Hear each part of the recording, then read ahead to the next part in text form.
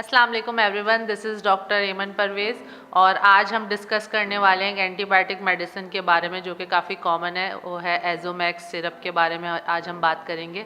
और आज की इस वीडियो में मैं आपको इसी से रिलेटेड सारी इन्फॉर्मेशन दूंगी कि एजोमैक्स सिरप क्या होता है, ये किस लिए इस्तेमाल होता है, इसका डोजेज क्या होता है, उसके अलावा इसके साइड इफ़ेक्ट्स क्या हो सकते हैं, इसकी प्रिकॉशंस क्या होती हैं। तो इस लिहाज से वीडियो काफ़ी इन्फॉर्मेटिव होगी, सो स्टे ट्यून्ड।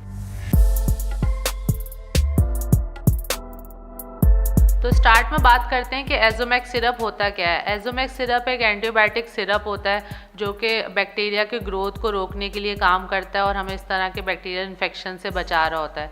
और ये ज़्यादातर जो सिरप होता है वो बच्चों में इस्तेमाल होता है, लेकिन कभी कभार जो है कुछ बड़े भी इसको यूज़ कर सकते हैं जो कि नॉर्मली टैबलेट वगैरह नहीं खा सकते, तो वो भी फिर इसको इस्तेमाल कर सकते हैं। इसका एक्टिव इंग्रेडिएंट जो होता है वो एजिथ्रोमाइसिन होता है और ये बैक्टीरिया की जो ग्रोथ का रेट होता है उसको ख़त्म कर देता है। तो अब बात कर लेते हैं एजिथ्रोमाइसिन यानी एजोमैक्स के यूजेस के बारे में। तो एजोमैक्स जो नॉर्मली जिन इन्फेक्शंस के लिए इस्तेमाल होती है उसमें हलक के और टॉन्सिल्स के जो इन्फेक्शंस होते हैं उसमें इस्तेमाल होती है, साइनस के इन्फेक्शंस में यूज़ होती है, कान के इन्फेक्शंस में यूज़ होती है, उसके अलावा सांस की नाली और ब्रोंकाइटिस जिनको हो रहा होता है उनके लिए ये इस्तेमाल होती है। और उसके अलावा जो लोग बहुत ज़्यादा हॉस्पिटल में एडमिट होते हैं उससे उनको जो नमूनिया हो जाता है उसमें इस्तेमाल होती है। और स्किन में और सॉफ्ट टिश्यू के जो इन्फेक्शंस हो रहे होते हैं उसमें भी ये कभी कभार यूज़ होती है। और उसके अलावा ये जो आपकी यूरिनरी ट्रैक्ट के इन्फेक्शन होते हैं उसमें भी इस्तेमाल होती है।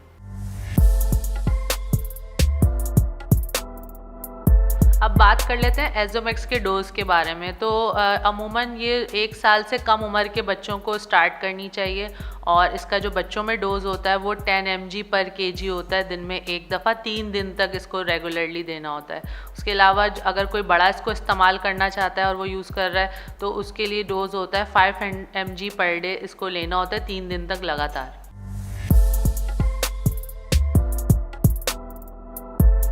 तो अब बात कर लेते हैं एजोमैक्स सिरप के साइड इफ़ेक्ट्स के बारे में। तो इसका जो सबसे कॉमन साइड इफ़ेक्ट होते हैं उसमें नौजिया, वॉमिटिंग, डायरिया होता है या स्टमक अपसेट हो सकता है, या उसके अलावा कभी कभार जो है वो विजन और हेयरिंग इश्यूज़ हो सकते हैं, या कभी कभार जो है वो डार्क कलर का बहुत ज़्यादा यूरिन भी पास हो सकता है।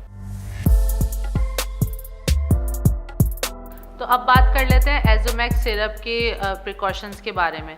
तो इसको अगर कोई भी ले रहा है, बड़ा या बच्चा, तो उसको कुछ चीज़ों का बहुत ज़्यादा ख्याल रखना होगा, जैसे कि उनको अगर कोई एलर्जी की हिस्ट्री है इसके किसी इंग्रेडिएंट से, या लिवर, किडनी या हार्ट का कोई प्रॉब्लम है तो वो डॉक्टर से ज़रूर कंसल्ट करें इस्तेमाल करने से पहले। उसके अलावा एक कंडीशन होती है मसल्स की जिसमें मसल्स बहुत ज़्यादा वीक हो जाते हैं, मिस्थीनिया ग्रेविस, अगर वो किसी को कंडीशन है तो वो भी फिर डॉक्टर की हिदायत के मुताबिक इसको इस्तेमाल करें।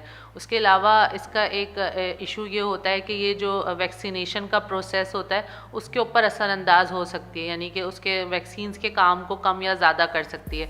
तो अगर आप ये बच्चों को यूज़ करवाना चाह रहे हैं और आप यूज़ करवा रहे हैं और उसके साथ साथ बच्चों की वैक्सीनेशन का टाइम भी है, तो फिर आप पहले डॉक्टर से मशवरा करेंगे इस्तेमाल करवाने से पहले। और उसके अलावा अगर आप कोई ऐसी मेडिसिन इस्तेमाल करें जैसे हार्ट की मेडिसिन हो गई या एसिडिटी की या एलर्जी की मेडिसिन हो गई, तो अगर आप ये मेडिसिन इस्तेमाल करें तो आप डॉक्टर को इन्फॉर्म करें और फिर आप इसको इस्तेमाल करें। उसके अलावा जो प्रेग्नेंट ख़वातीन हैं या जो फीडिंग मदर्स हैं वो भी डॉक्टर की हिदायत के मुताबिक ही इसको यूज़ करें।